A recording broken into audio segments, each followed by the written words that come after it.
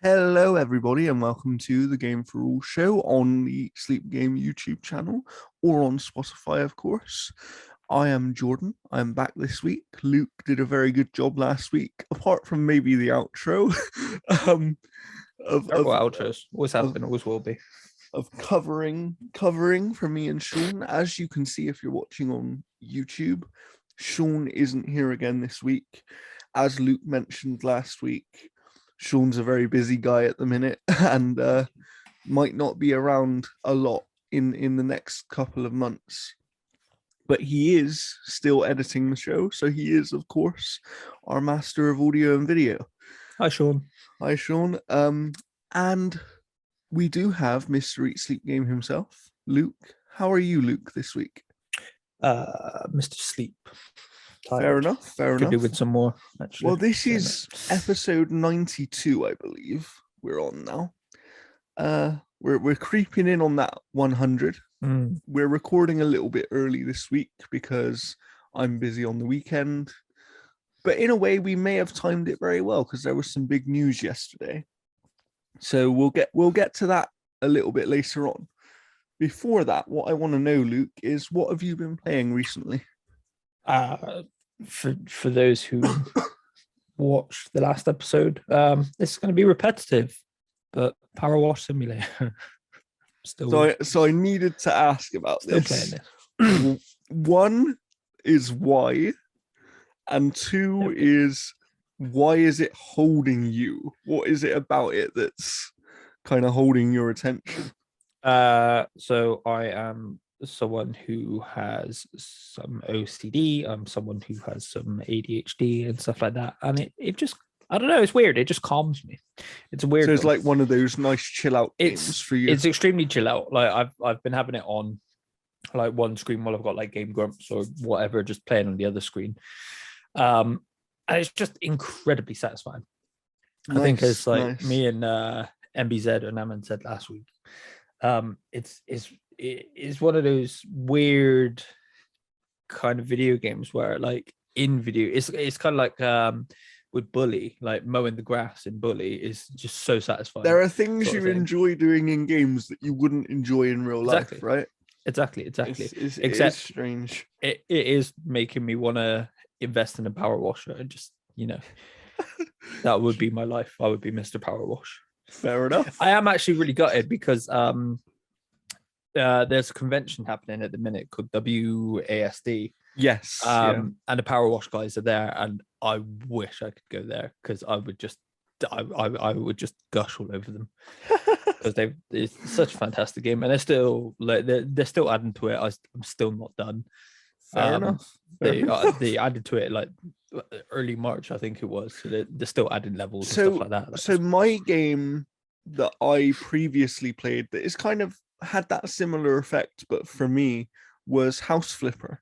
I played quite a bit of House Flipper, and that was kind of that zen, just chill out game as well. Yeah. And I would never want to do that stuff in real life, but in a game, it was really quite relaxing.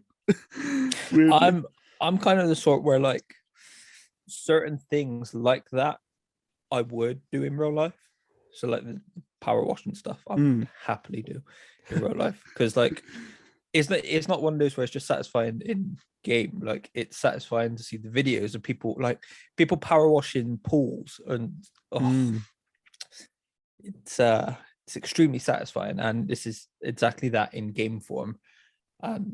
It's got a lot of quirkiness to it that I like as well. It's got that kind of tongue-in-cheek kind of thing that you see a lot from British studios, like from Fable, for instance, where it is that British humor, right? Yeah, it doesn't have like a story to it, but there are things going on in town in the background and stuff like that, where like you're getting messages from whoever it is you're doing, whatever you're power washing for them, and they're like giving you information about what's going on in their life and stuff. Like I just did one where I washed someone's private jet and it's got a fucking laser on it, and it's got like anti-gravity stuff on it. It's like, what are you doing? Like it's fun.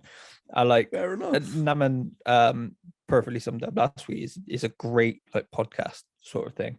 Yeah, you can have it on. You don't, the only thing you can hear is a ding whenever you finish cleaning a car and the is what I like to call a mindless game, and I don't mean that as a bad thing.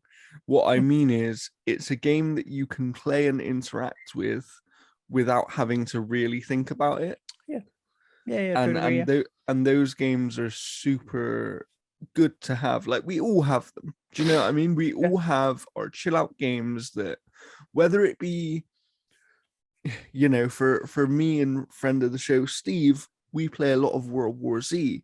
That has become our mindless game because we know that game inside out at this point. Yeah, that we literally just run through it and we know what we're doing. Yeah. But whenever we just kind of want to be online and have a chat and kind of mess around, that's what we play, right? Absolutely. And like the other reason I think I'm really hooked on it at the minute is the slight transition that my side of stuff on the channel is going through at the moment. Of course, I mentioned it on the last episode that I'm going to be transitioning into doing more gameplay stuff because time, basically, like the amount, like, it's easier to do a playthrough than it is to make a video, right? Well, it's in terms of the time. Yeah, put it like this: like, required. I put 80 hours in roundabouts that into Horizon Forbidden West and finished it, and then I got I'm halfway, or I was halfway through writing it. Then I got to do voiceover, then I got to do the editing while having a full-time job as well. Whereas if I was just doing like the gameplay playthrough and just having fun and pissing about and stuff like that, that's weeks worth of content instead of 80 hours to make one like half an hour video sort of thing. Of course, yeah. The sort of videos I was making, I don't watch. They're not videos I enjoy watching anymore because there are a few and far between that I think really do reviews and do them very well, justice. Right? Yeah, and do them justifiably. And that's kind of like why I like what we do on the podcast, because we still review games, but it's done in a very different way, right? That is something I've been struggling with because I don't think people want to actually watch that kind of review anymore.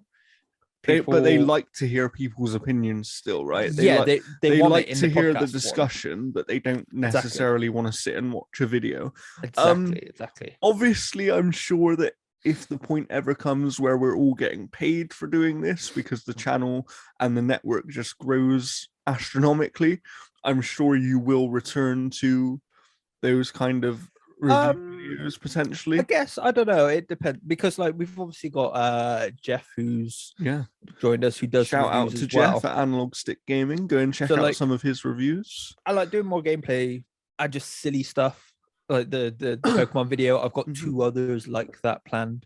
Well, it's like I said to you, the start of, and I guess change. In a way this is a bit of network news. It's when me and Luke were talking about kind of making the G4A network and moving the podcast onto the Eat Sleep Game channel, stuff like that.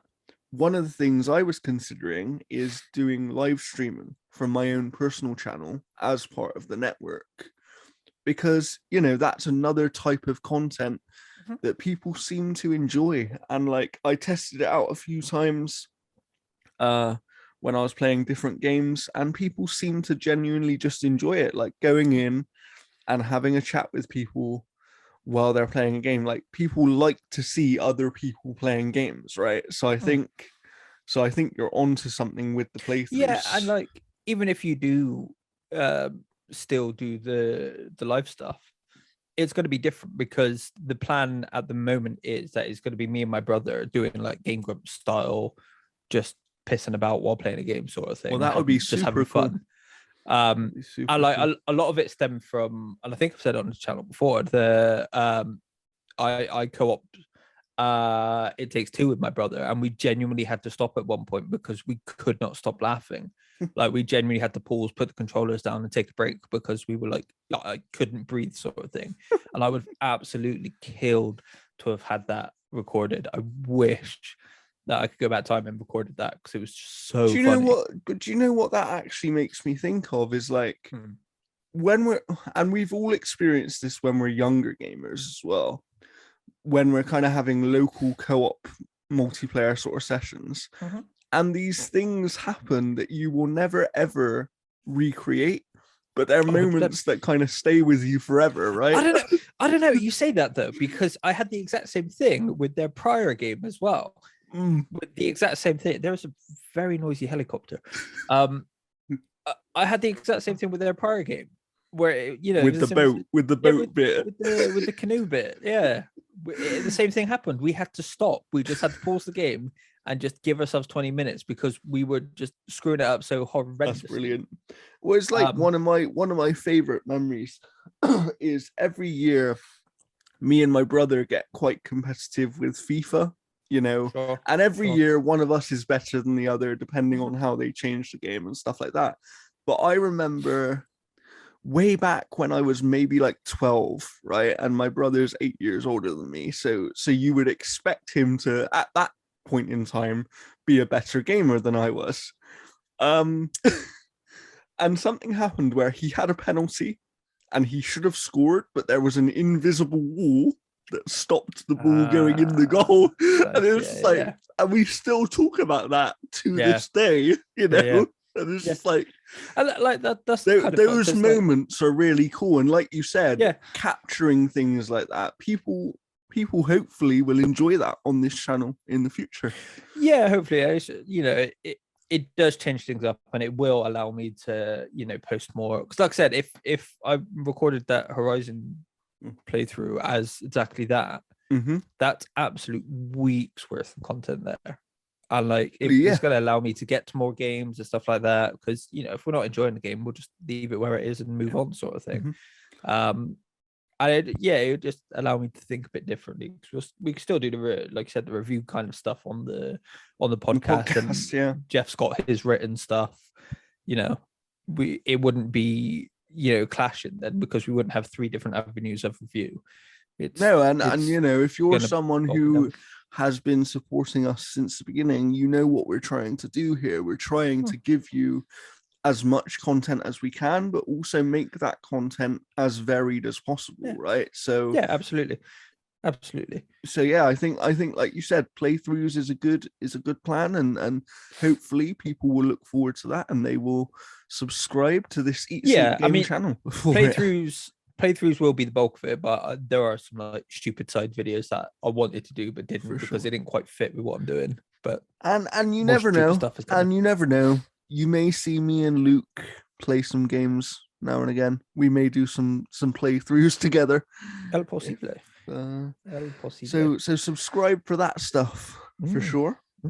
As for me, what I've been playing mostly is Lost Judgment, which came out last year. Okay, yeah. But I am actually playing it for review because, as you know, I now write on the outerhaven.net.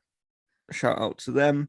I covered WrestleMania over there. If you're a wrestling fan, that was fun to do. Took me a lot of hours watching wrestling and a lot of hours writing. But yeah, I am reviewing Lost Judgment for them because they never actually did a review for that game because they didn't have anyone to cover it at the time. So I've been playing that mostly. But I have a few games that are kind of like calling me. One is Elden Ring because I really want to get back to that. I was loving that. And then 2 other games which are kind of on the list and will get there once I've gone through this review and everything, is Tunic, which is on Game Pass. I literally looked at it on my I've installed it. It's like right there, I'll be playing that.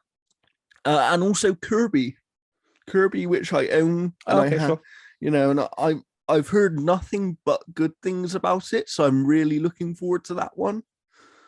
But I'm hoping that I might actually get a bit of that one in this weekend because I am going to be away for a couple of days. So I'm going to take my Switch with me and see if I can get a bit of time in on Kirby. Nice. Other than that, I've been spending a lot of time thinking about Remedy this week, Luke. I spend a lot of time thinking about Remedy anyway. We always said loving of them. We always said that there would be an episode of this show at some point where me and you just spoke about Remedy. Hell yeah. And this is the one. Why is that, Luke? Tell people what's happening over at Remedy. Well, for one, because Sean is away and we were bore him to death with this because he's not a fan of theirs. But secondly, we know they've been ramping up stuff. We know they've been getting investment from here, there, and everywhere. We know they plan on working with everyone here, there, and everywhere. I mean, they have to be the biggest independent developer at this point, right? In terms of a developer who's separated from a publisher and then gone on to kind of be on their own. It's got to be between them and IO, right? You would assume. Yeah. Ubisoft count themselves as an indie, don't they? Weirdly. I think that's harsh. Yeah, that's a big. Yeah. that's trying to creep in on something that you're too big for. For me, it's I would say Remedy, and the reason I would still classify Remedy as an indie, but I would say they're a AAA independent developer. They're essentially what as close to AA as you get these days. Essentially, they make AAA stuff, but they do it by themselves. Yeah, sort of thing. Because like you said, they're making deals everywhere, right? Yeah, we've seen them have. I think they had some deals with Epic in the past. Yeah, they've had a lot of funding from Epic. I think they're obviously working on Alan Wake 2. Yep. We know they're also working on a Control sequel. Yeah, and now what have they got now, Luke? I was actually a bit shocked by this because it's one they notoriously were like, we're good, we're done with it, and then now they're working with Rockstar, who are completely funding the remakes of the first two Max Payne. I really wanted to say Alan Wake. Keep wanting to say Alan Wake. The first two Max Payne games, which of course, for people who might not know, if you aren't that old and maybe Max Payne 3 was your first game, Remedy actually created Max Payne and it was their IP. They sold it to Rockstar later on. Well, Rockstar always published it as well. Yeah, the thing. Yeah, but Remedy did actually initially own the IP. Yeah, and they just gave it up. They were like, we're done with this. We don't want to make it anymore. And then obviously Rockstar went on to make 3. Yeah, which I liked. I liked 3. I still liked 3, but it didn't quite have the same tone as the first 2. I haven't played the first 2.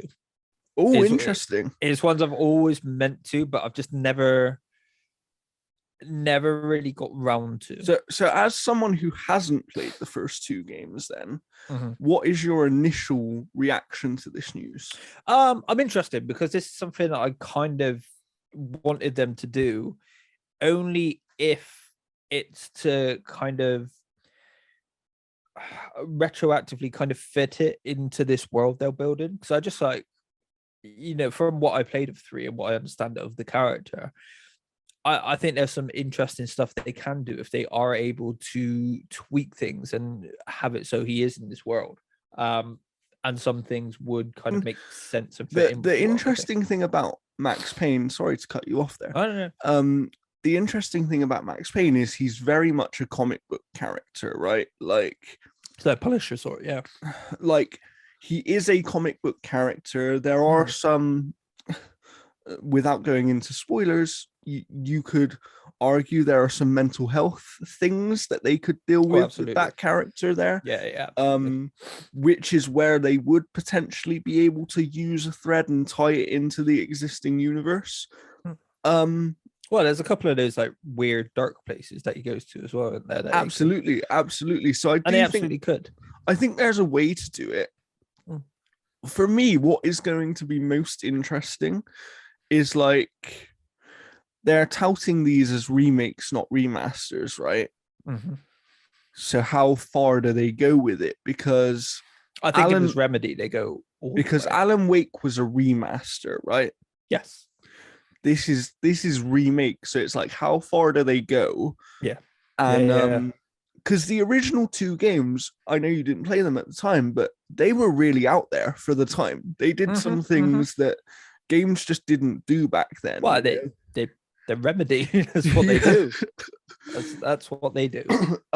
Obviously I'm pretty sure, I could be wrong on this, but I'm pretty sure they basically invented bullet time, which is in terms of game usage. I believe so, yeah. I believe so. Which is the kind of slow down time mechanic while you're shooting. Yeah, you see it like thing. Red Dead and stuff like that, yeah. So it's going to be interesting to see what they do with that kind of stuff as well, because we don't get that mechanic in games that much anymore. Yeah.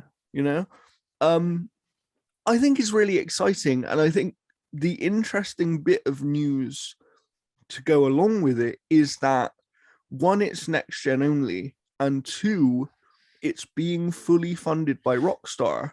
So there is no risk for Remedy. Like, they have no risk in developing this game. Yeah. But also, I think Rockstar, to their credit, because I wonder, and we'll talk about it in a minute, I wonder whether maybe they approached Remedy to do this. But even if they didn't, this is the right decision, because Remedy made those first two games. They know them inside and out. I wouldn't want Rockstar remaking the first two games that they never even dealt with. Do you know? Yeah, what I mean? I mean, again, they did publish them, so they've always been intrinsically tied with them. But they didn't develop them. They didn't make them. No, absolutely. And also, given their track record of a certain other remake that they just did. For sure. But no, I if anyone's going to do it properly, it's going to be, well, in theory, hopefully it's going to be Remedy, because they have a vested interest in, it's part of their history, it's part of their lineage, it's part of their legacy. Like, they kind of got away with it a bit with Crossfire, because it wasn't all on them, right? Yeah, they got brought in to do a weird job on a weird game. Yeah, they did what they had to do. They did what they were asked to do. Whereas, and they kind of did the bare minimum in that, right? And I think that actually, to somewhat give them credit on that, they did the only decent part of that game. I was going to say, I reviewed it, and if I was reviewing only their part of that game, I would have given it a higher rating. That's all I'll sort of say on it. Sure. But like I said, like, it's their IP, and it's Sam Lake's face. I know. I'm so interested to see what they do about that, though. Because he doesn't look older. No, I know. But it could legit just like scan his face in and have someone else do mocap or whatever. I kind of want them to just scan his face in so that it actually does. They have because I know that with Max Payne 3, Rockstar obviously did their own face and everything. Oh, imagine if they get to remake 3 but put his face on it. Oh my god. Sick. But that does lead me to something, Luke. Because around the time that 3 came out, it was a success. People liked it, and I think they liked it more than they expected to.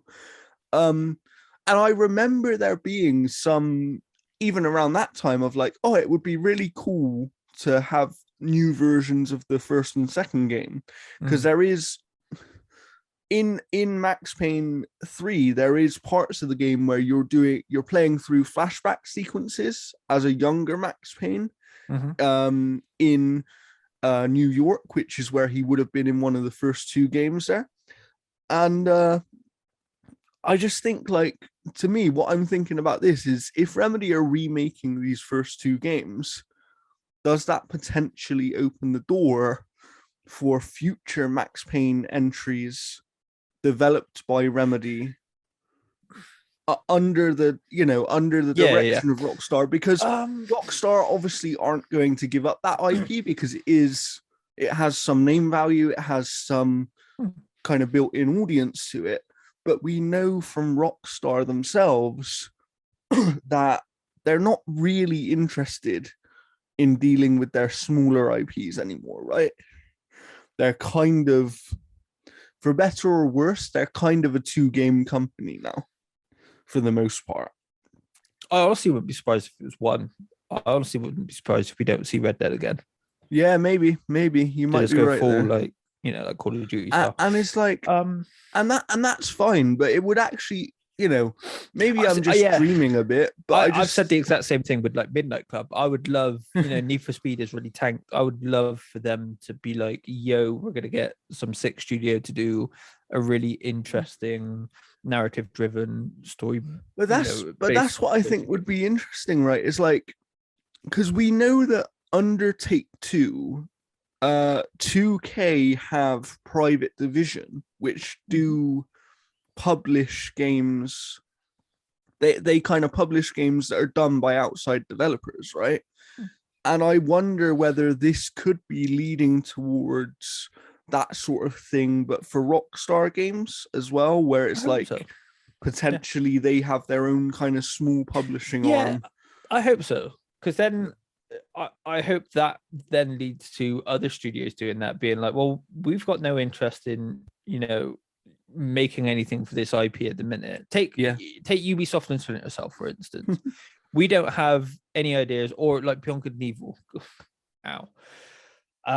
We don't have ideas for this at the minute, but you get pitched by a smaller studio. You let that smaller studio make it, but you still own the IP. Just be more collaborative. That would be sick. As to whether or not we see more, I'm kind of in two minds, because it might just be, like I said, it might just be modernizing it and bringing it to a newer audience. Because they, like I said, they were fully like, after wrapping up 2, they were fully like, no, we've told the story we want to tell. We're done. But it's it's also a weird one for them to revisit, right? Well, like after this long, given what they said about how they were done, and they were like, it's roughly 20 years, something like that. Yeah, it doesn't necessarily mean that they have anything new. It could be that Rockstar proposition and be like, yo, what do you think about remaking these games, sort of thing. But on the other hand, it could be that it's the reverse, and they've gone to Rockstar being like, yo, we've actually got some ideas, but and maybe that's we'll the test thing, the is water like first to see if there is still it's kind of like you're saying, like, without having that information, without knowing who went to who and what the actual situation is, it's hard to tell. But I just think it's interesting to speculate, because the other thing on the flip side of everything that does concern me a little bit is, like we mentioned earlier, Remedy have a lot going on right now. They have Alan Wake 2, which is supposedly coming out next year, I believe. They have Control sequel in development, but they've kind of said that is a long way off because they're early on it. And then they have this, right, which is remaking 2 games. And don't get me wrong, in some ways, remaking a game is easier, because you're not starting from ground zero, right? You're not starting from scratch. You know what the story is. You know how the assets need to look. You're just kind of modernizing them. Yeah, and the controls and stuff like that. So remakes in some senses are easier. I'm not saying they're easy, just to be clear. Like, I don't think they're easy. And obviously it depends how far they choose to go with a remake, in the sense of, like, are they going to expand these games a lot? We know that they're releasing them as one package, as one game rather than 2. So it's going to be interesting to kind of see how far they go with it. But my concern is, Remedy is not the biggest studio in the world, and they seem to have a lot on their plate. And I wonder how that might affect the quality of what they are able to do, Yeah, I mean, that's assuming they haven't used a good chunk of this new money that they've got from everywhere, to kind of reinforce and maybe layer their team a bit more, which I fully expect they have. I'm pretty sure they've said that that's something they've done a while ago. Sure. I can't remember, exactly off the top of my head, and I'm not going to look because someone else will probably tell us. but also it's kind of, I think it's layered in a way where they'll be able to get away with it, because like I said, Alan Wake 2 is their biggest thing at the minute, and if that's coming out next year as planned, they're not going to be too far off of the completion of that development. Yeah, for sure. Control is, I guess it's kind of a building block sort of thing, because they've already got the base. Depending on what they do with it, I doubt it'll be the same sort of stuck in the bureau again. They'll probably expand, and super interested to see what they actually do with that. And then you got this, which is completely financed by Rockstar. So I think they are playing their cards right, potentially. I think they are. I just think they're efficient. I think they're potentially efficient. Well, this is what I was just going to say is there are some studios that know the realm in which they exist, right? Yeah. And they know, like Insomniac. For lack of better words, they know their place within the industry, and therefore they actually become very efficient at being able to deliver consistency on the level that they do, even if it's not the highest level stuff. Like, I think a lot of people, I don't think there are many people that would say Remedy games are 10 out of 10 best games ever made type of games, but lots of people would consider them great games, right? Yeah, I mean, Control got Game of the Year at multiple outlets. Absolutely. For instance. And it just makes me think of like other kind of efficient teams as well. Is like we've seen Supermassive recently with their announcement of the Quarry, and it's like they've been doing the Dark Pictures anthology, which are kind of shorter games, and somehow releasing those every year. And yet they're not even using the same assets. They are brand new games. And now they're doing this more expanded Quarry game that's out in the summer. And it's like, but that's because they're super efficient, because they know what they're doing. Yeah. They know what their place is. And Remedy's kind of the same thing, I think. And like I said, Insomniac like it. Supergiant Games are, they consistently release something every 3 years, and it absolutely smashes.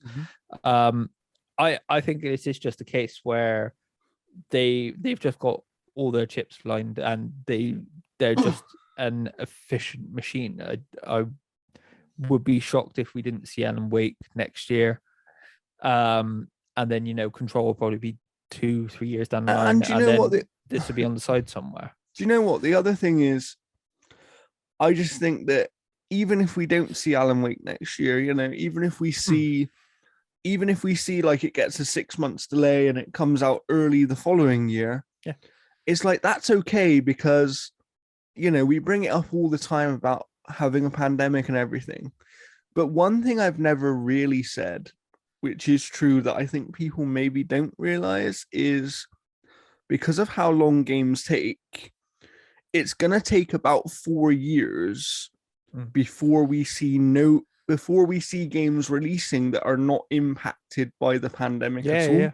Yeah. Because every game that's coming out, in some way, its development has been impacted by the pandemic. Yeah. And that it's a weird thing as well, because for some reason, this industry, certain parts of it, I think, have tried to hide how much they've actually been impacted by the pandemic, and therefore it's made it less understandable for consumers. And again, it goes back to that thing of have a bit of openness and be honest with people of like, we saw Zelda get delayed recently, and it's like, we know that's now the longest gap between Zelda games, but also they dealt with a pandemic. Like, give them a bit of a break. That's also a really like nothing kind of tag to give it as well. I've seen like a couple of news sites do that. It's like, who cares? Yeah. It's not like, it's not like it's a, development hell situation, like a, what's that? Skull and Bones. No, Duke Nukem is what I was thinking of, or Final Fantasy 15, I think it was. That took like 10 years or whatever. Yeah, exactly. It is just it is what it is. We're dealing with a different situation, and I think you said before, like, people from the inside have said it's going to be a good 5, 6, maybe even 7 years before we're before fully things past go back to what. Yeah. Because at the end of the day, I don't want to spend too much time on it, but it's like games that are being made now will still be impacted, because at the moment, okay, in the UK, we've gone a bit crazy and everyone can do whatever they want now, apparently. But in other countries, it's not like that yet. Do you know what I mean? No. Like, they're not in the place where they can just do whatever, and many people are still working from home and things like that. So it's like these games are going to be impacted for a long time. But that's okay. Like, delays are okay. Let's just, 2 Point Campus got delayed the other day from May until August sometime. And it's like, but that's not the end of the world. It just means they're a few months behind. But ultimately, I'd rather them take that extra few months to make it a better game. And Absolutely. I think for some reason, and this isn't directed at anyone specifically, because I think we all do it, every single human being does this thing where we are always doom and gloom. So when we hear about a delay, it's always like, oh, that must mean the game's not in a good place. And it's like, that's not always what a delay means. Like, sometimes a delay just means they physically don't have the time to finish what they need to finish. You know what I mean? It's it's not necessarily indicative of it's in a bad place. It's just not necessarily where it needs to be, to Absolutely. be on track for release. Like, it's not. And we've seen a lot of delays this year and stuff like that, but that's why I want to give credit to Remedy, because they're taking on a lot of stuff, and and it's like, if they remain as efficient as they have been in the past and kind of are able to keep their average quality up there where they do, like, that is some achievement to take on all these games, and they clearly feel confident that they can do these things, right? Yeah, and I mean, I think it sounds like more than it actually is, because like you said, and like we've said, they are different kinds of projects. Alan Wake 2 is going to be a massive project.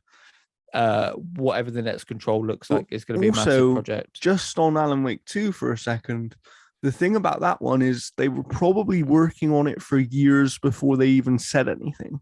That's the thing, is like, they probably had loads Remedy are probably one of the best studios in the world at hiding things. Oh, absolutely. In the sense of, people never really know what they're working on until they're ready to say it.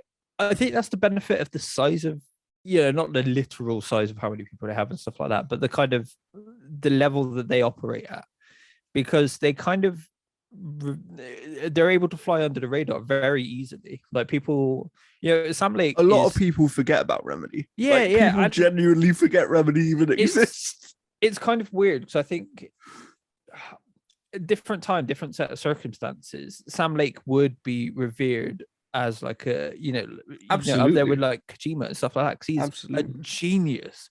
Like, he's up there with like Ken Levine and people like that for me. And also, like you mentioned it earlier, just the creativity of the studio in general, of like not being afraid to take risks either, because Quantum Break, for example, they kind of got pushed into that one with the TV stuff, but in terms of the actual game that they made, there were some risks they took there, and it was a good game, and it didn't quite pan out how they wanted in terms of critical reception or player base, but they didn't let that kind of impact where they went next, right? They were like, no, we're just going to move on to Control, and we'll do it better than we did in Yeah, Quantum Break. and it kind of just added to the foundations of what Control was, and then like they use Control to, in hindsight, and like this is part of the reason I'm so fascinated by what they're doing, and the Max Payne stuff fascinates me because Control is the latest game they've made, without Crossfire because it's not theirs. Yeah. But they've used it as kind of a blanket to slightly reboot everything they've done. Mm-hmm. Because they obviously added in universe. They had the Alan Wake DLC, so we know that Alan Wake is now connected. Even before that, there was like there were hints to everything, right? Yeah, there were the coffee flasks. There were hints. I'm pretty sure you can even find. I really want to go play that now. And that's the thing is, do you know the impression I always get from a Remedy game is it's part of a bigger world. They know I always get this thing of, even with Max Payne back in the day, as someone who played the first two games, it always felt like they were building to something bigger. Yeah. And it always feels like they have the next thing in mind, even if they ultimately don't go on to execute that next thing. They always leave the space for it, Even with Alan Wake, they kind of did that there back in the day as well. Yeah. Like, they know what they're doing. They know how to craft a universe, and they're not afraid to just. It often feels like Sam Lake is just making games for him, right? But sometimes that's where the best games come from, because sometimes that's where you get the imaginative kind of, we've heard about Tim Schafer and Tim Schafer saying he just makes games that he finds funny. Like, he ultimately is doing what he finds funny and what he enjoys. Yeah. That feels like what Remedy does. I agree, because I think they've got a balance where, they are fully like, oh, this is a sick idea, we're going to run with this. But they get the balance of using popular mechanics as well.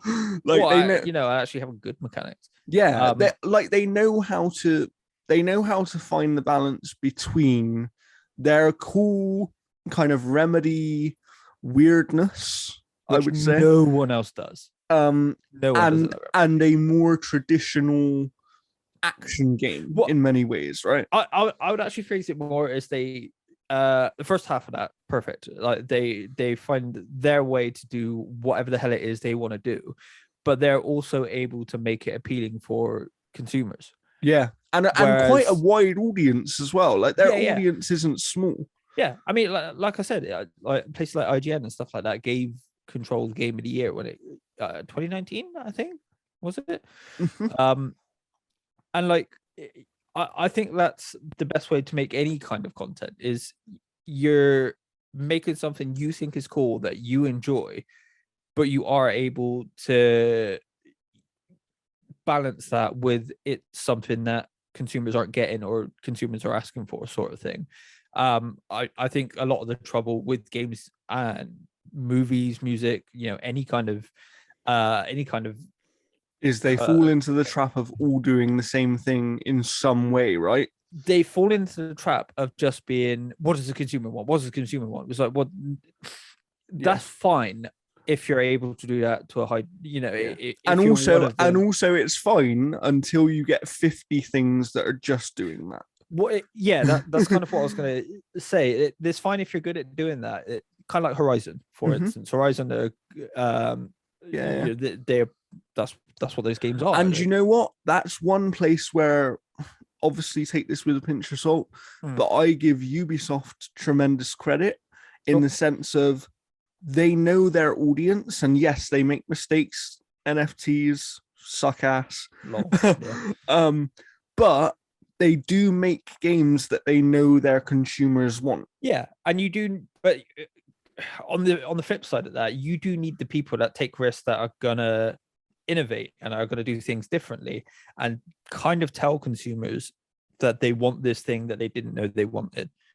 Like, until I put off playing Quantum Break for ages, mostly because it was on Xbox, and there wasn't a huge amount of stuff on Xbox that appealed to me at the time. But when I eventually got to it, I was like, God damn, I wish I played this sooner. I loved it. Do you know what? Good. The one thing I always think now, though, is like Xbox and Microsoft let Remedy out of an exclusive contract. Imagine if they had kept them. Imagine if they had the balls to just bet on them one more time. And then was it literally a contract, or was it just a sort of agreement they had? So my understanding, and obviously this is just coming from me, I'm not up there, I'm not the guy who's making the contracts. For sure. But everything that I heard was that they had an actual contract where they were meant to make so many exclusive games, and it was in a way it was quite similar to Insomniac's relationship with Sony back in the PS2 and PS3 eras. And because of the, we'll say, failure of Quantum Break, and because of where Xbox were at that time, and because Microsoft potentially were going to pull out of the console market as well during that time, I think they just felt like it's best for everyone right now if we break ties. There was no bad relationship there. No. It was just we will let you go and do your thing because we know you're good at it, but we can't take the risk on you right now because we don't even know where we're going. And let's be clear, the reason Quantum Break failed was because of Microsoft. Absolutely. And their insistence on putting that stupid TV show stuff in there. Don Matrick. Let's like genuinely, if you play that game and just skip the TV show bits, it's a great game. Yeah, I know. It is Fantastic a great game. Do you know what, though? I also think it's one of those games where, because it came quite early in the generation, and we've spoken about it before, but because it came early in the generation where, let's be honest, everyone just kind of had a stick up their butt about Xbox, and kind of it was cool to laugh at Xbox and make fun of them, right? It meant good reason. It meant that during that time, the things that they did have that were good and deserved praise maybe didn't get the attention that they did ultimately deserve. And in fairness, you have got to look at what the opposition were putting out. No, absolutely, absolutely. Like and I'm not disputing that. I'm just saying it came, you wonder. It came at an awkward time as well, because it came out near Uncharted 4. And you just think, like, with something like Quantum Break, it's kind of like Control, right? Control came out a few years later, towards the end of the generation, but it was a very similar game in many ways. And yet that one hit. Do you know what I mean? Yeah. And part of that is it was only a game this time, so it didn't have the weird TV stuff. So that was on Microsoft. It's multi-platform. But part of that is also the fact that it was multi-platform, so nobody had to stick up their ass about playing it. Do you know what I mean? It's a weird situation, but I just wonder, like, there is part of me that always thinks back to it now, and I think, I wonder if someone at Microsoft now goes, oh yeah, we should have actually kept hold of Remedy. We should have taken the risk and kind of backed them that one more time, because I think if they would have backed them to Control and had Control as their thing, that would have, I think we'd probably be having a conversation about Microsoft acquiring Remedy if that was the case, and then that things would look very different for them. But for sure, I think... and that's why I'm actually glad that ultimately things have happened the way they have. Yeah, I think Remedy are better off because Remedy are on their own. They got their fingers in so many pies.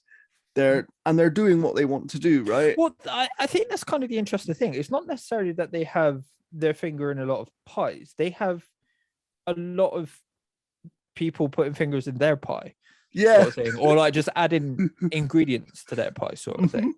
And like, it's a really weird one. It does show how well regarded they are. I was just going to say, so many different. I was just going to say, I think that here's some money. Do you know what? In a way, I think that maybe they are, to some degree, I'm not comparing them to Insomniac, right? But I am. To some degree, maybe they're the new Insomniac in the sense of they are kind of the trusted studio that gets the contracts and is trusted to deliver. I genuinely just think it is because they are doing things so different to anyone else. In terms of the kind of stories they're telling. If we had spoken about this last week, and if I had said to you, "Oh, do you think Rockstar will ever approach Remedy to kind of remake these first 2 Max Payne games?" What would you have said? Like, we wouldn't have ever thought that was going to happen, right? I don't honestly know, to be honest. Like, I think Rockstar are very different these days. Obviously, of course, they are very different. So it wouldn't have it's not something that shocked me. Really, like, I think it makes sense for both sides. Is the way that absolutely. I keep coming down on it. It's absolutely. I don't think anybody I genuinely think this is one of the few cases where no one loses. No, exactly. Like, if it is literally just they're going to remake these 2 games and that's it, they're bringing. They've got no financial risk to themselves. Nope. They've got an option to make money after Rockstar make their money back. Yeah. Like, nobody's at any risk. Rockstar aren't actually using their own resources in terms of manpower to make this game. Like, there is no risk. I do wonder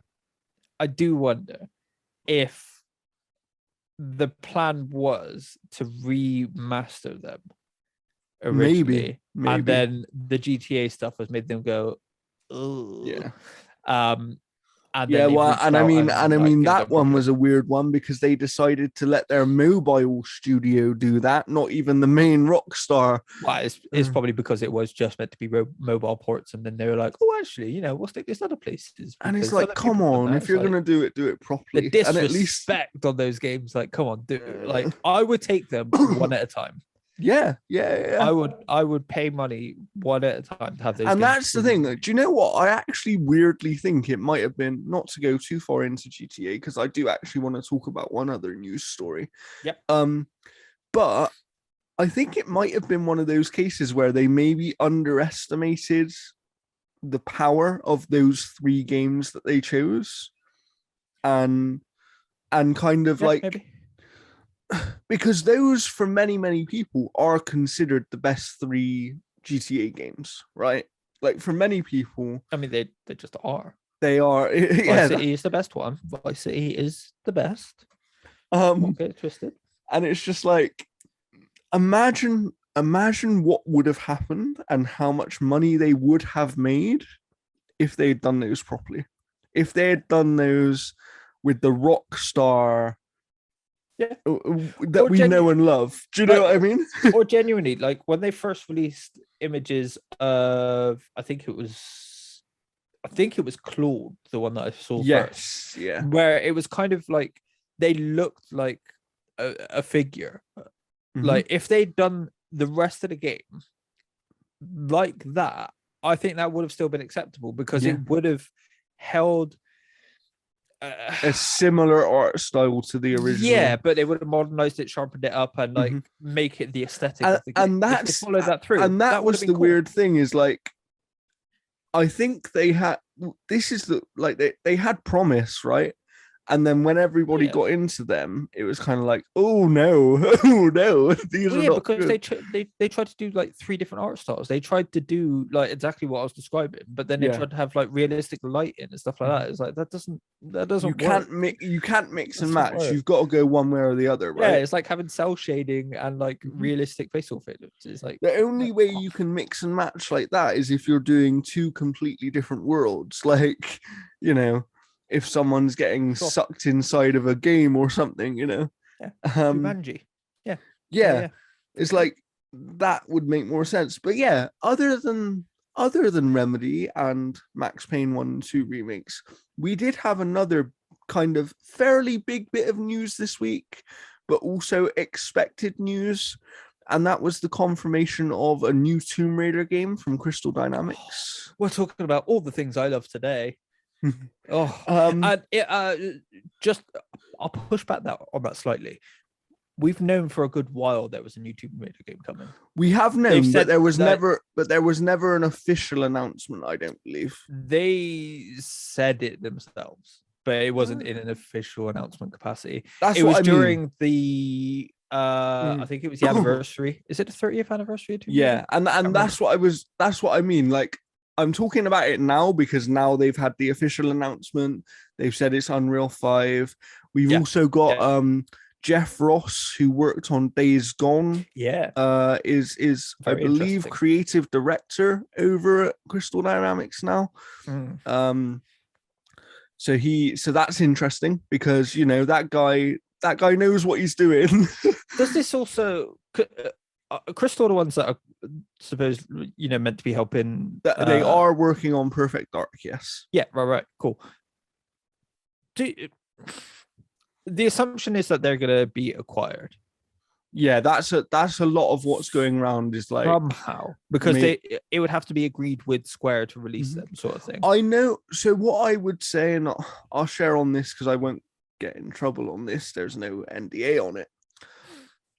I do know that there were people within Crystal that, after what happened with Avengers and the way that Square dealt with that situation, there were a lot of people at a high level within Crystal who wanted to break away from Square.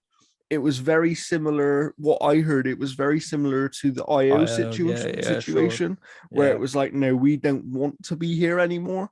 But the fact they are continuing to work on a new Tomb Raider game absolutely kind of leads me to believe the opposite now. Like, absolutely, but then it'd be weird. But then also it's a weird situation because Square have hired them out to Microsoft, right? Like, it is. But so if the plan was to sell them to Microsoft, I would not be giving them the Tomb Raider license. Of course not. That doesn't make sense. But also then, even if that is the plan, and we'll go back to Tomb Raider in a minute, even if that is the plan, it could be a case that a new Tomb Raider game in Square's mind would actually heighten the value of Crystal.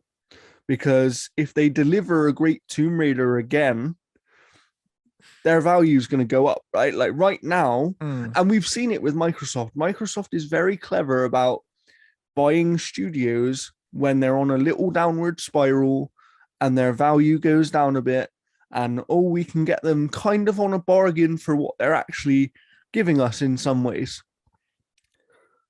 And that's kind of where Crystal are right now, right? Because of Avengers, there is this kind of small question mark in a way over, are they really that great? I think the only thing that leads me to really question this is it goes kind of against what they've been doing. It doesn't make sense because all they would get is the people working under the studio. Crystal don't own any IP now. No, it's all owned by Square. I think they wouldn't get anything. So there does have to be a little bit of extra understanding about the situation. If it did happen, to me, it would make sense. And part of the reason for that is Daryl Gallagher runs the initiative, and he used to run Crystal Dynamics. During their most successful period, he was the person who was at the head of Crystal Dynamics. And I think that just makes a lot of sense with what we've heard about where the initiative now is in terms of maybe it's not really their game and maybe what they are is literally in the name, where they are the initiative. They come up with the initial idea and the initial plan for what a game is, but then actually find a team to execute that thing. And I think, you know, it sounds like Crystal is maybe the lead team on Perfect Dark now, which isn't necessarily a bad thing. Very weird thing. And it's just like, it would make sense because Daryl Gallagher has worked with a lot of these people who are at Crystal. He's worked with a lot of the people who they already have at the initiative. If they did acquire Crystal in the future, and it would be in the future, I don't think it would be soon. I think that's the thing. I think if this was to happen, because this rumor has been floating around for quite a while.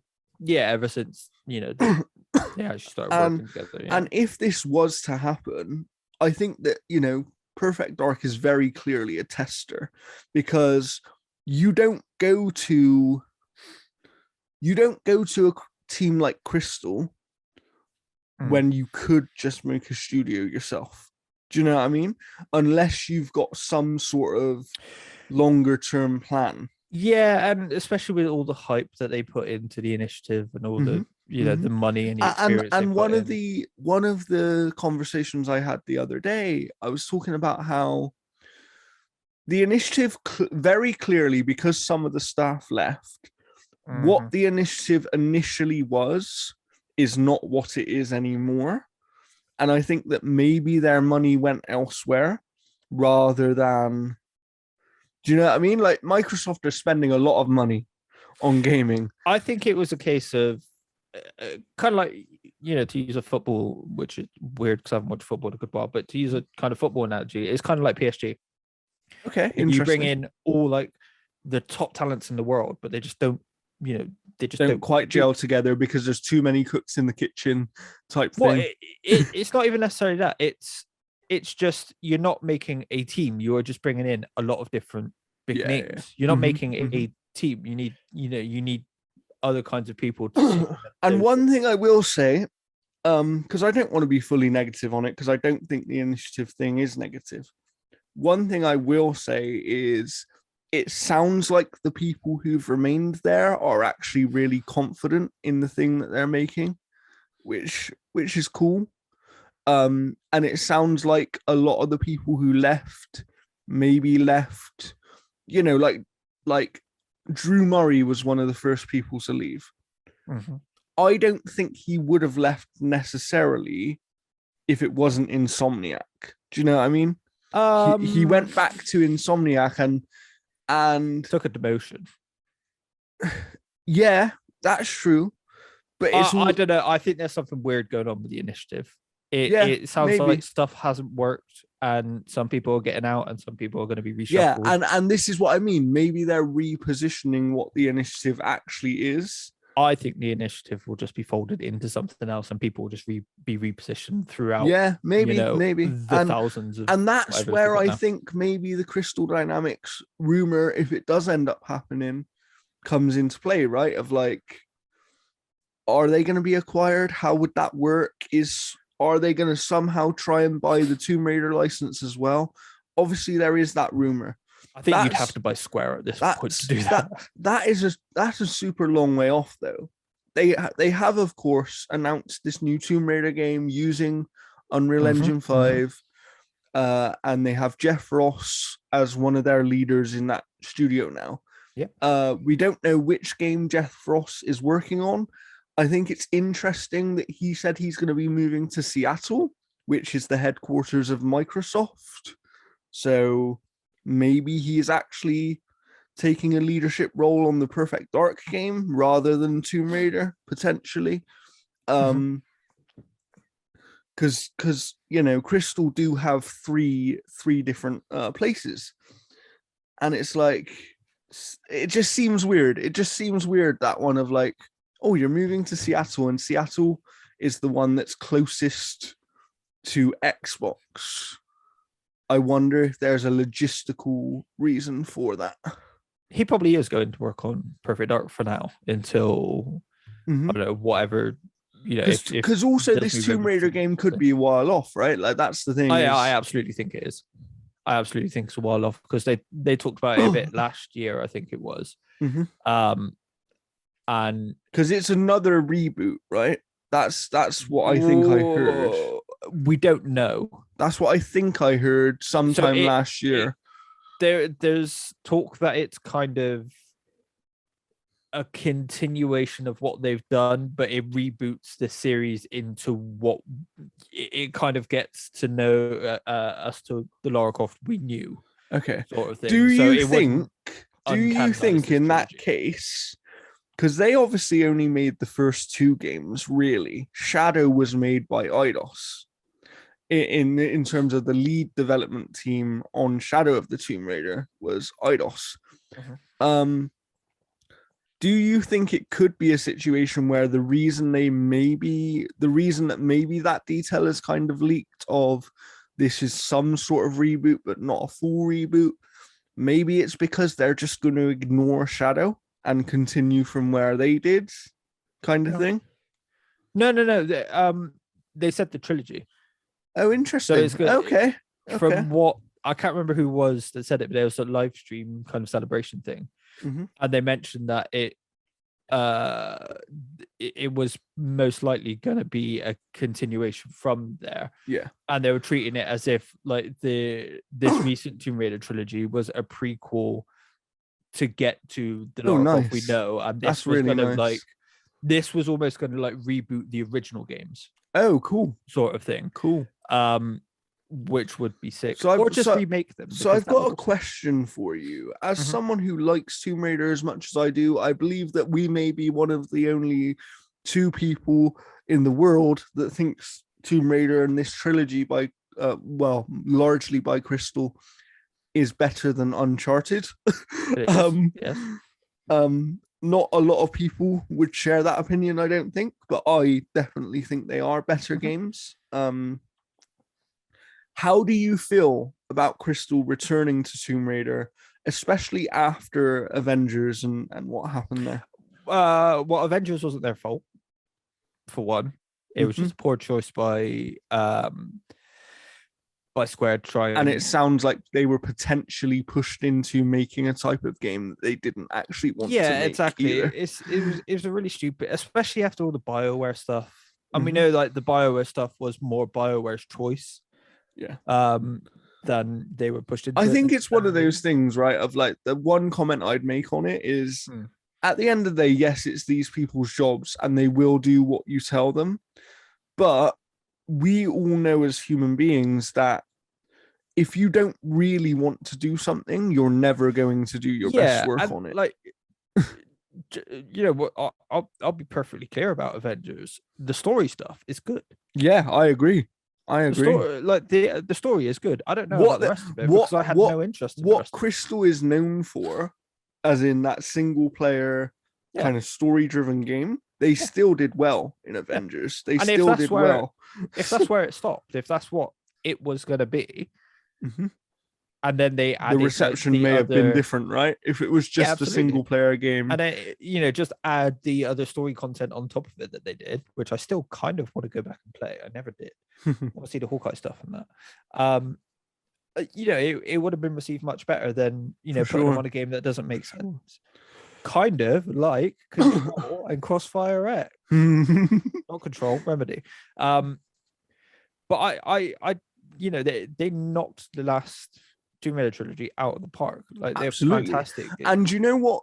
One bit of credit I want to give them as well, which I think people don't really give them credit for, is Tomb Raider, in some senses, was a dying franchise before they rebooted it. It was getting smaller and smaller, and it was being overtaken by Uncharted, right? It was like, well, it died before that PS3 remake or reboot. It was dead.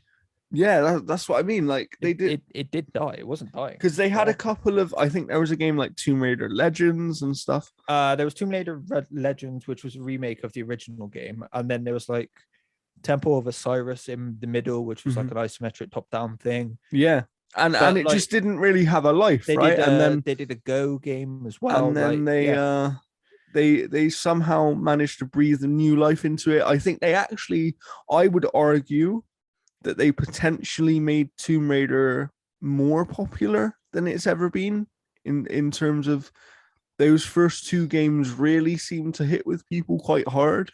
I don't know, because those original games were really popular. That's true. Like she was like Lara Croft was like the face of LucasAid for a while, sort of thing. Yeah, that's true. Actually, like, now that I think back, those adverts were sick. Go find them. They were great adverts. So yeah, like, do you think? First question is really, do you think they can actually do it again? Can they? Absolutely. can they execute another great Tomb Raider game, or is it going to be, or is this game going to end up being the proof of, oh yeah, maybe Crystal aren't actually as good as we thought, because the one game that got really negative press was a game that they were not really all that well suited to make, but the bit that was suited to them was the bit that got praised. That's true. Three Uncharted games. It's not Uncharted. They rebooted a pretty much dead Tomb Raider franchise, and made it better than most people ever would have expected as well. Absolutely, absolutely did. Like do you know what? I actually remember. I don't know about you, but I remember that when that Tomb Raider reboot initially got announced and shown, everyone was kind of a bit like, "Oh, Tomb Raider, it's just going to be more of the same thing." Yeah. And then people actually played it, and it was like, "Oh no, this is very different." It's a game where it's got one of those moments where you're climbing up that signal tower, and you get to the top, and you're just up there for a minute, and you can just see over like the game world and stuff like that, and you just sit there and be like, "Fuck, this is cool." And also, it made her a really like, she was already a cool character, right? And they somehow made a cool character even cooler. It kind of brought her down to earth a bit. The one thing that will always stick with me is the wherever boobs gone crowd. Oh God, yeah. Just shut up. It's like, really? Like, come on. Why can't we just have female role models in video games? Why do they have to be from men's enjoyment, right? Don't get me wrong. I Bayonetta and stuff like that, where they use their sexuality to their advantage. They know they're fit and they use it, sort of thing. Lara Croft did do that. Yeah, but this is a different Lara Croft. Yeah, absolutely, and much younger, and that's Croft not, well. And that's also not a bad thing, right? It's like, it's kind of like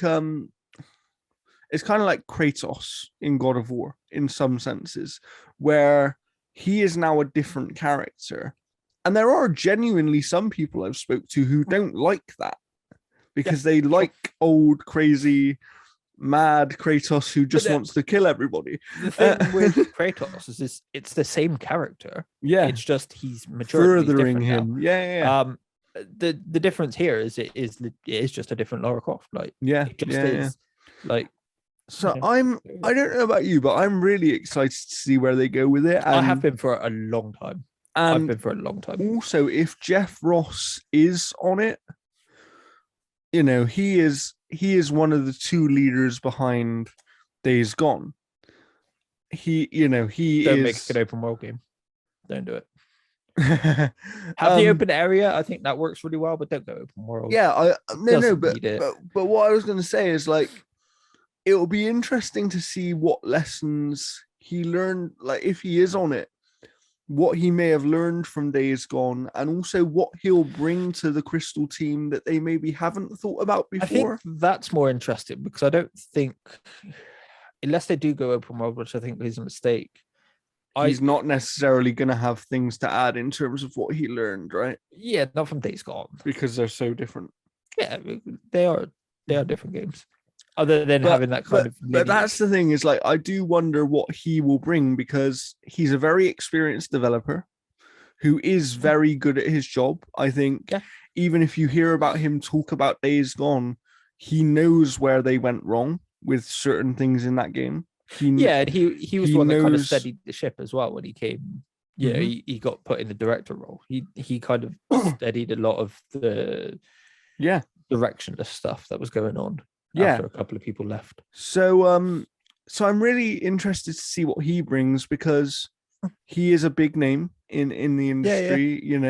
He's someone who worked at PlayStation Studios, who are renowned for top quality games. And yes, you could argue that the last game he made didn't reach that same level of quality, but he will still have things he learned over his time with PlayStation that will be beneficial for a studio like Crystal, you would assume.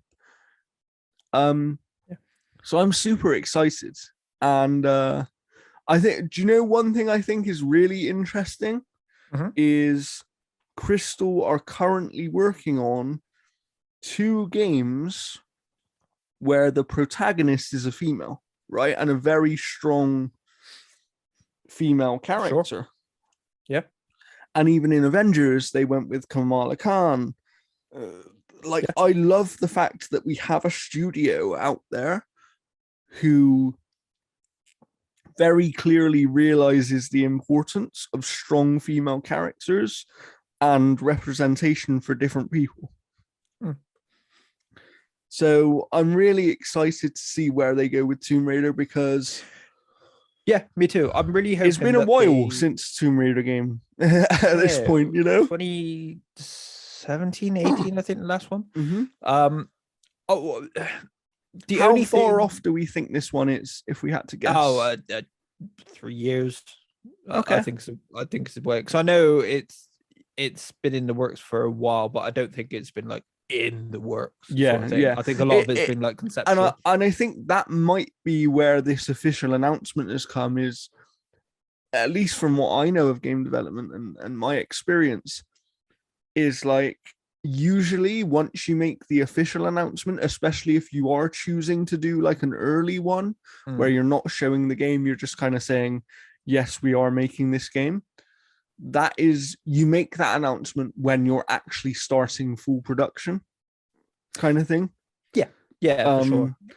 So they've probably been working, like you said, they've probably been working on the early stuff for the last 18 months or so. Yeah. And then probably, now they're probably gearing up for full thing. And for me, it's just that weird thing of like, it's going to be interesting if they aren't doing that.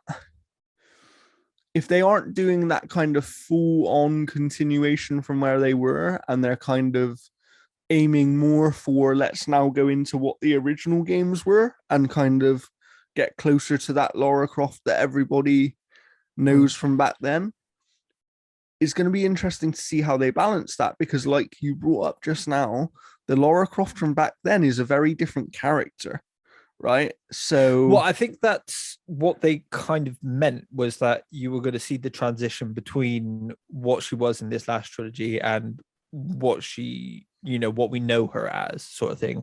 Her boobs aren't going to magically get bigger. They're not going to become that'll be one of the conversation points again. It will be. What I do hope it means is that they are going to go slightly more traditional with its gameplay, sort of thing. Not like, it's going to be stupid tank mechanics and stuff like that, but that it's going to more tombs. Puzzles are going to be more heavily featured, sort of thing. To be fair, they did add more puzzles as they went on. Like the first game was very kind of just action game, not really puzzles. The story, the second game started to add the puzzles with some tombs and stuff. Yeah. So I think they know what they're doing. Do you know what I mean? Yeah, and I think it'll be a continuation of that. I think we will see more puzzles again. That'd be sick.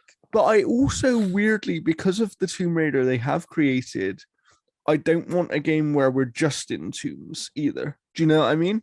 Oh yeah, absolutely. I don't want them to go all the way the other way. Like, I want to have that nice kind of balance in the middle, where it's like, give me some open areas, because those are cool. Looking around those areas and kind maybe of even do different things, kind of like the old games, where it is, specific locations where you're not in just one open, one area. You're traveling from different. You're done with this area. You fully explored it. You've done all the bits in that area. The story takes you to a completely new area, sort of thing. I can't remember. Have we actually been able to play in the mansion yet? Because we've seen it in the games, right? In the second one, in Rise. Okay. It was so I waited and got the 20th anniversary one. It must have been the 25th anniversary. I got the 20th anniversary one on PlayStation. And like part of the add-on was like there's a VR thing, and there is like additional kind of story stuff where you go around. It's like cool. it's been left to ruin almost, like it's dilapidated and whatnot. Just because and I you got to try wonder and figure out whether, how to get in. just because I wonder whether they might explore some of the mansion a bit more, because obviously in the original games there were bits and pieces in the mansion, right? Yeah, from the second game onwards, yeah. You can lock the butler in. Yeah, I know. So Bring so that back. I'm really excited to see what they do with it. And I think Same. it's what a weird week, because we're talking about two sort of classic franchises that started 20 years plus ago, and in different ways they're coming back, right? And it's like, yeah, and they are very much what they are as well. It's not like it's much of a muchness where it's, you know, it's a game like a lot of other games. They are very much games in their own right. They're not. And this is what I was just going to add to that as well, is like, very much like Remedy games, Tomb Raider has this thing where it's got its own space in the market, kind of regardless of whatever else exists. Yeah, Tomb Raider just has a space that is even for like, it. Even, you know, with the comparisons to Uncharted doesn't do what Tomb Raider does as well as Tomb Raider does, even at some of its lower points. They're taking a different stance on a similar style of game, right? Yeah.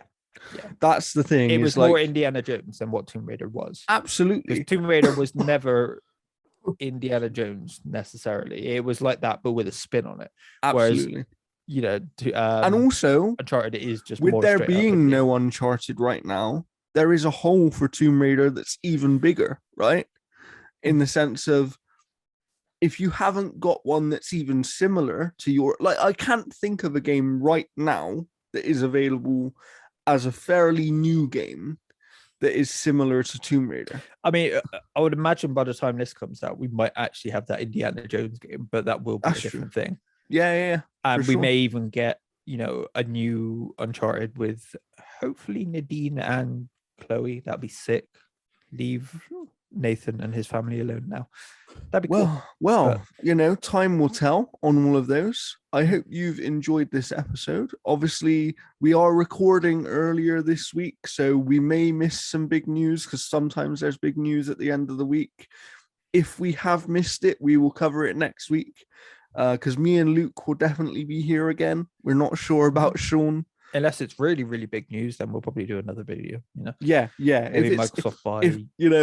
If we get, Sony are acquiring Konami, for example, you'll get a video. It's not gonna happen. No, of course not. But maybe FromSoft. They might be able to do FromSoft. That might be. But yes, let us know how you're feeling about the return of Max Payne 1 and 2, and also the continuation of the Tomb Raider franchise, because I'm very happy right now. I was literally going to say I'm a very happy boy. Just as a gamer inside, I like the fact that I'm going to be able to revisit two of actually my most early games, which is something I didn't mention earlier. In Max Payne 1 and 2, like, they are some of the earliest. They are some of the earliest gaming memories I have, and then Tomb Raider is just a franchise I've always enjoyed. I genuinely, you know, gaming for me is kind of synonymous with Tomb Raider, because I do not remember a time where I didn't play Tomb Raider. Yeah, like, they're, you know, alongside like Rayman and Croc, Legend of the Gobbos. Like, they are some of the earliest games. Like, I've got figures of the original, like, Tomb Raider that I've had when I was a kid, that like my uncle had. Before we sign off, Luke, we had a question to answer. Oh shit! And that question was, yes, I do. That question was from our Horizon spoilercast. Our question was, is Horizon Forbidden West too big? And we were talking about map size. Right. Is it too big? Yes. Okay, Luke's answer is yes. My answer is yes. It's not. Is it too big, or is there just not enough to do in the world? Well, this is what I was just going to say. It's one of two things. It's either too big and you need to take away that final kind of island. Yeah, that feels a bit pointless. Yeah. Or you need to add more variety of activity within the world. I think maybe what they should have done, instead of having that island be explorable afterwards, they should have done it like Red Dead, where it's that place you visit storyline wise, but yes, that's it. You can't go back to it afterwards or something like that. That makes sense. If we're taking it just as it is without adding anything, yes, the world is too big. I agree. And then our question for next week, because this would be a fun one to think about for all of us, is what other franchises would you like to see either get full remakes or have a continuation? You know, it's topic appropriate. We're seeing Tomb Raider get a continuation. We're seeing Max Payne get a remake. So yeah, what are some of the other franchises you'd like to see? There have been rumors, of course, of a Fable re-release kind of collection of some kind, possible remaster. You know, what have you got? That's a weird one because they're all on Game Pass. Yeah, I know. So yeah, let us know what else would you like to see kind of have some sort of future, whether that be returning for a remake after a long absence or continuing the franchise itself, even in a reboot form, you know. And I hope you've enjoyed this episode. This was episode 92. We will be back next week. As I said, I don't know if we will have Sean, but we will definitely be here. And I don't even know what we're going to be talking about yet, because at the minute there's so much news every week in gaming that we may have another news heavy episode, but it could also be something totally different. So don't forget to subscribe here on Eat Sleep Game, which is where we live now. Follow us at G4A Network on Twitter. Follow at Eat Sleep Game on Twitter as well. And we will see you next time. Goodbye.